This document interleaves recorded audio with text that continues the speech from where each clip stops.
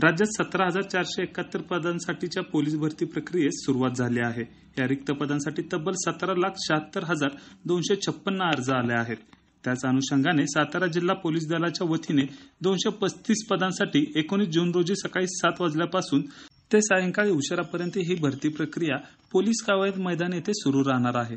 Satara police दलामध्ये 235 पदांसाठी तब्बल 1,03,030 उमेदवारांनी अर्ज भरले आहेत।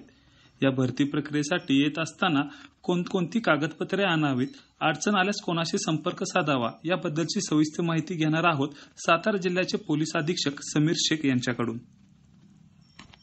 पोलीस भरती 2022-23 सातारा जिल्ह्यात 19 तारखेपासून सुरू होणार आहे। त्या अनुषंगाने आज काही महत्त्वाच्या सूचना होते, ते सर्व उमेदवारांना द्यायचे होते।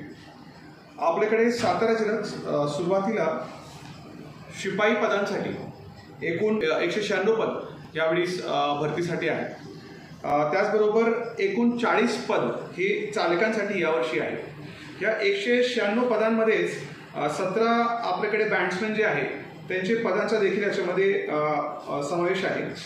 आपल्याकडे टोटल ही जी पद आहे यांची परीक्षा आपण एकत्रितपणे घेणार आहे।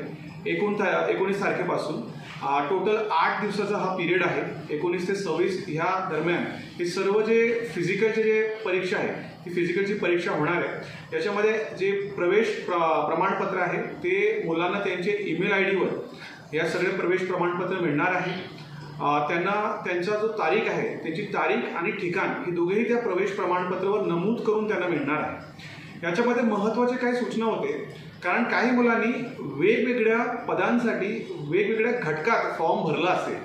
आता नियम असा आहे की आपण एका प्रकारच्या पदासाठी एकाच घटकामध्ये आपण फॉर्म भरू शकतो, परंतु उदाहरणार्थ एक उमेदवाराने सातारा जिल्ह्यामध्ये शिपाईसाठी पद भरला असेल आणि फॉर्म भरला असेल आणि पुणे ग्रामीणमध्ये त्यांनी चालक शिपाईसाठी भरला असेल आणि बँड्समॅनसाठी त्यांनी वेगवेगळ्या ठिकाणी त्यांनी भरला असेल फॉर्म, तर अशा परिस्थितीमध्ये त्याला प्रवेश प्रमाणपत्रामध्येच ह्या बाबतीत स्पष्टप्रमाणे उल्लेख करून त्याला मिळणार आहे की त्याला कुठल्या तारखेला कुठल्या ठिकाणी जाऊन ही परीक्षा द्यायची आहे।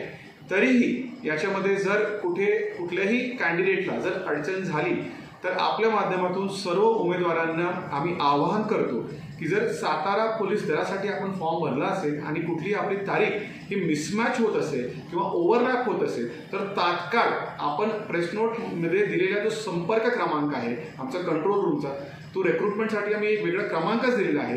त्या क्रमांकावर आपण तात्काळ आपण सगळ्यांनी संपर्क साधायचा आहे आणि संपर्क साधून त्या ठिकाणी आपली जी समस्या आहे ती आपण त्या नंबरवर आपण मांडू शकता आणि त्याचा तात्काळ आम्ही निराकरण करून आपल्याला कुठल्या तारखेला नेमका येऊन परीक्षा द्यायची आहे त्या बाबतीत आपल्याला आम्ही सूचना देणार आहे। दुसरा जो विषय होता तो पावसाच्या संदर्भाने होता। काही ठिकाणी असा संभ्रम होता की पावसाच्या या वातावरणामध्ये परीक्षा देताना परीक्षा कशी होणार आहे, तर या अनुषंगाने आम्ही सर्व प्रकारचं नियोजन यासाठी केलेलं आहे। ग्राउंडवर कुठेही अडचण येणार नाही याची तयारी केली आहे। तरीही जरी काही अडचण आली आणि काय अशी परिस्थिती समोर आली ज्याच्यामुळे त्या क्षणी परीक्षा घेणं हे शक्य नसेल तर त्यावेळीच तो निर्णय घेऊन त्या ठिकाणी त्या कॅन्डिडेटचं कुठेही नुकसान होणार नाही याची दक्षता घेऊन त्याला संधी देण्यात येईल। त्या बाबतीत सगळ्यांनी निश्चिंत राहावं। न्यूज 18 लोकलसाठी शुभम बोडके, सातारा।